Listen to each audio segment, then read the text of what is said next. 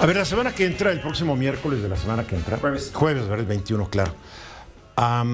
El Banco de México deberá determinar si mantiene las tasas de interés, la tasa líder, como algunos dicen, o no. Y aquí hay dos bandos, quienes dicen que debe empezar a reducirlas, o como el subgobernador Jonathan Heath hace unos días dijo, que no es todavía el momento de reducirlas. Es más, en esta mesa habemos quienes comulgamos más con la idea de Jonathan Heath y otros que no, siendo tú, José Luis, quien no está de acuerdo con él. No solo yo. No, pero aquí estamos hablando en esta mesa. A ver, digo, Cayetana estará de acuerdo, ¿no? A ver, ya llevamos muchísimos meses, llevamos 33 meses con alzas, se mantuvieron con alzas sostenidas. México llevó la tasa líder, como bien menciona Eduardo, de niveles del 4% hasta el 11.25. Que es donde está actualmente. Y en México, el Banco Central tiene solo el mandato de controlar la inflación, de tal manera que para poder responder si es el momento de empezar a relajar la política de tasa de inflación con altas tasas líderes, es ver si ya empieza a disminuir la tendencia de la inflación, porque evidentemente pues no pueden ser, aunque no tienen el mandato como en Estados Unidos, la Reserva Federal, de estimular también el crecimiento. Si nosotros vemos una combinación de factores que ya se empiezan a repetir mes con mes, como son disminución en la tasa de inflación, como son perspectivas de crecimiento económico más bajo este año que el anterior, y el fortalecimiento del propio peso mexicano, indicaría que hay ciertas firmas, por ejemplo JP Morgan o Oxford Economics o Finamex, que son de los que han venido opinando en los últimos días que ya debe de bajar la tasa líder el Banco Central. ¿Cuáles son las evidencias duras? Bueno, las evidencias duras son, este mes de febrero fue un mes de febrero histórico, porque registró para un mes de febrero el nivel más bajo de los últimos 10 años, 0.09% de inflación para un mes de febrero, situación que no se repetía desde hace 10 años, ¿no? Lo segundo es que ya las cifras anualizadas, si nosotros vemos la inflación en general, ya en febrero cierra en 4.4%, mientras que hace un año, en el 2023, estaba en 7.62%, y hace 2 años estaba en 7.28%. Entonces, se ve claramente una tendencia. Hay dos subconjuntos de la inflación que son importantes de analizar, lo que se llama la inflación subyacente, que los estadounidenses llaman core inflation, y la no subyacente. ¿Qué es una y qué es la otra? La subyacente es la que es menos expuesta a altibajos. Es la nuclear, como se le denomina. Esto es, toma todos los elementos, excepto, por ejemplo, el precio de los energéticos y el precio de los alimentos no procesados, que son y tienden a ser con altibajos. Por ejemplo, a este mes de febrero, la inflación subyacente fue de 4.64%, mientras que la no subyacente fue de 3.67%. Esto indica entonces que sigue, y es seguramente en lo que está pensando Jonathan Heath, sigue la inflación subyacente muy por encima de la meta del Banco Central, que hay que recordar que en México es de más o menos un punto porcentual por encima del 3%. O sea, entre 2 y 4. Entre 2 y 4. A ver, pero a mí me preocupa, mira, alimentos, bebidas y tabaco procesados. Sí. Inflación en febrero, 5.25, la anualizada. Servicios, 5.3. Vivienda no. Educación, 6.39. Y otros servicios, 6.36%, que es donde entran restaurantes, loncherías, un bolón de cosas que la gente tiene que adquirir. que creo que está muy alto. Y si uno diría, bueno, el año pasado otros servicios donde están loncherías y todo estaba en 7.51, pero de 7.51 a 6.36 no es una gran baja.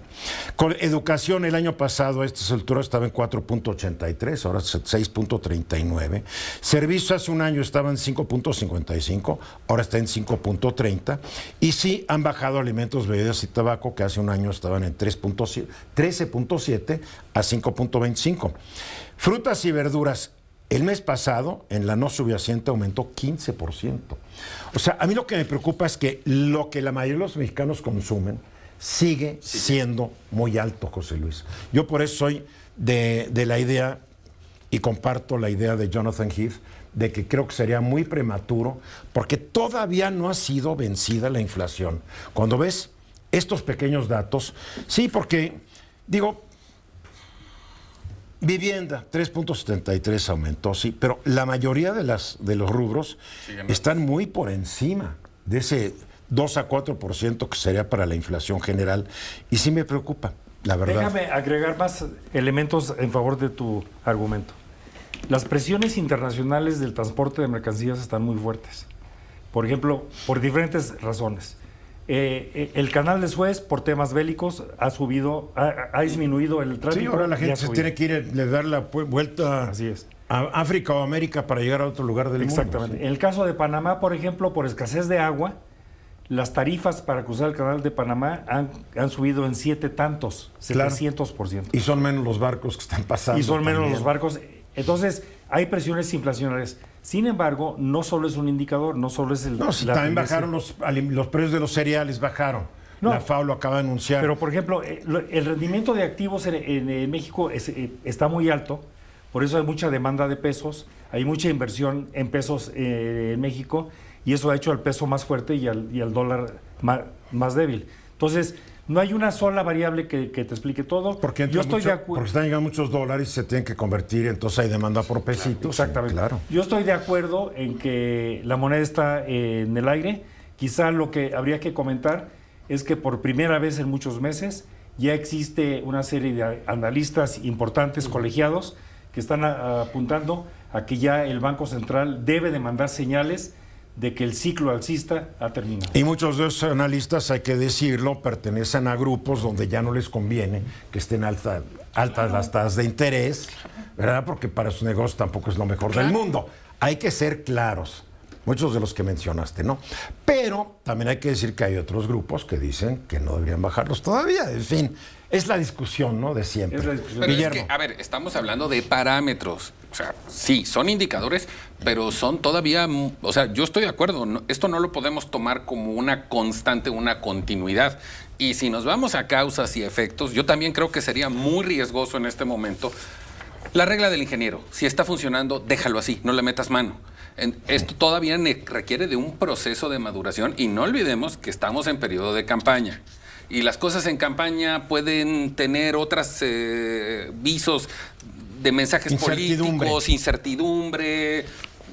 Digamos que sí, yo creo que lo prudente sería dejar las cosas en el estado que están. Y me brinca mucho el dato que hace un año, a nivel mensual, en febrero, el aumento fue 0.56. Sí.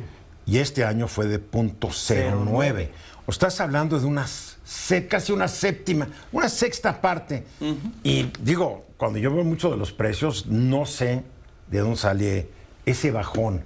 Porque es como que si al paciente se le paró el corazón, se le fue para abajo la presión, en serio. Y déjame darte otro elemento de incertidumbre interesante en el ambiente. Si Trump llega a la presidencia de Estados Unidos, hay que recordar que Trump presionó mucho a las empresas estadounidenses para su relocalización. Sí.